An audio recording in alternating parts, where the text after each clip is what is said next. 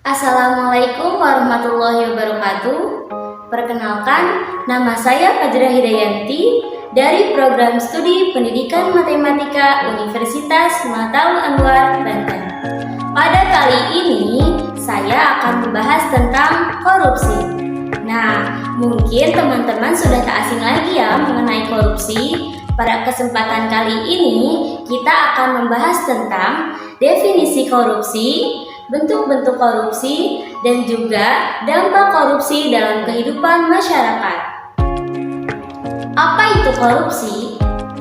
Korupsi berasal dari bahasa Latin yaitu corruptio yang berarti keburukan, kebobrokan, dan juga kebusukan.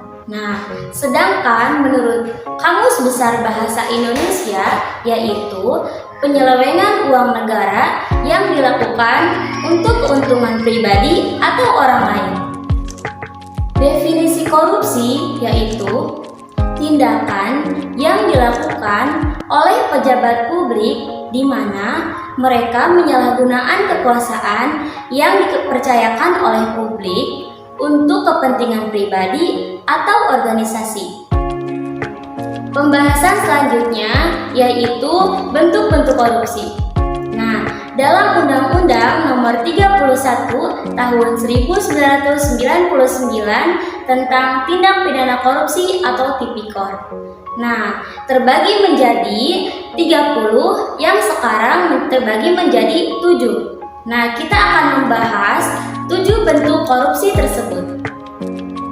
Bentuk korupsi yang pertama yaitu merugikan keuangan negara.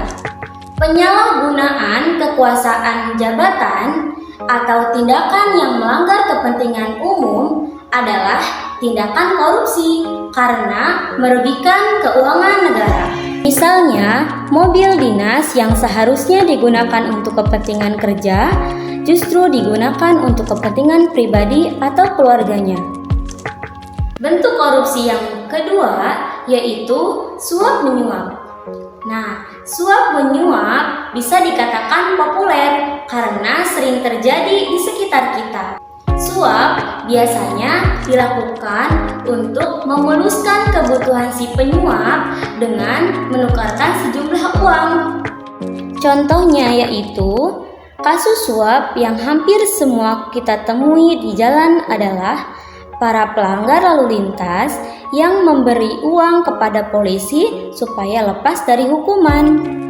Bentuk korupsi yang ketiga yaitu penggelapan dalam jabatan. Tindak korupsi ini adalah seseorang yang memiliki kekuasaan atau jabatan tertentu dan melakukan tindakan penggelapan uang, dokumen untuk kepentingan dirinya. Contoh kecil yang mungkin sering terjadi di sekitar kita adalah menggunakan kwitansi kosong agar nominal yang di dalamnya dapat direkayasa oleh si pelaku. Selanjutnya, bentuk korupsi yang keempat yaitu pemerasan.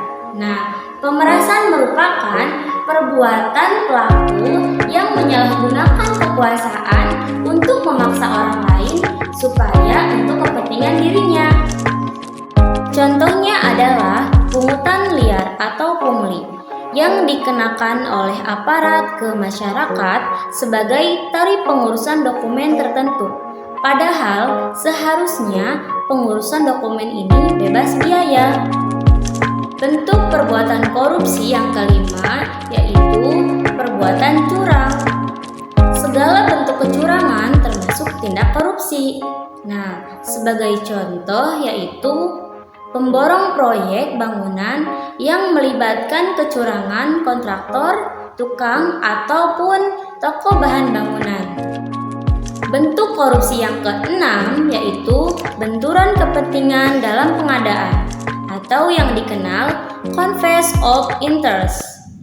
Maksudnya adalah seorang pejabat yang dihadapkan pada peluang untuk menguntungkan dirinya sendiri, keluarga, ataupun kroni-kroninya. Bentuk korupsi yang ketujuh yaitu gratifikasi. Tindak pidana korupsi ini seringkali terjadi di masyarakat karena secara tidak langsung kita sering melakukan gratifikasi.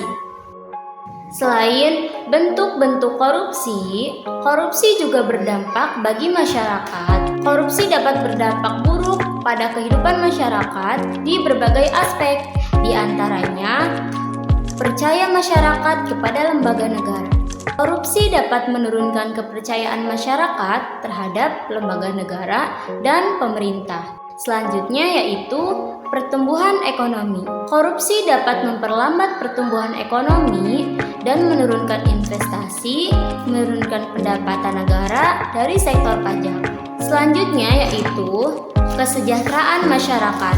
Korupsi dapat meningkatkan kemiskinan dan ketimpangan pendapatan. Korupsi juga dapat menyebabkan harga-harga melambung tinggi. Dampak selanjutnya yaitu kualitas lingkungan. Korupsi dapat menurunkan kualitas lingkungan seperti yang terjadi pada kasus ilegal logging. Selanjutnya yaitu pertahanan dan keamanan. Korupsi dapat melemahkan alutsista dan SDM karena anggaran yang menguap sia-sia. Yang selanjutnya yaitu infrastruktur. Korupsi dapat menyebabkan infrastruktur yang dibangun berkualitas rendah. Selanjutnya, pendidikan. Korupsi dapat mengurangi pembelanjaan pemerintah di sektor pendidikan. Hal ini menyebabkan pendidikan di Indonesia berkurang. Selanjutnya, kualitas pelayanan publik. Korupsi dapat menyebabkan mahalnya harga pelayanan publik dan kesehatan. Semoga materi yang telah kita bahas menjadi pembelajaran supaya kita terhindar dari korupsi. Nah, mari menjadi generasi yang bijak dan stop korupsi. Kurang lebihnya mohon maaf, saya ucapkan undur diri. Wabillahi taufiq wal hidayah. Wassalamualaikum warahmatullahi wabarakatuh.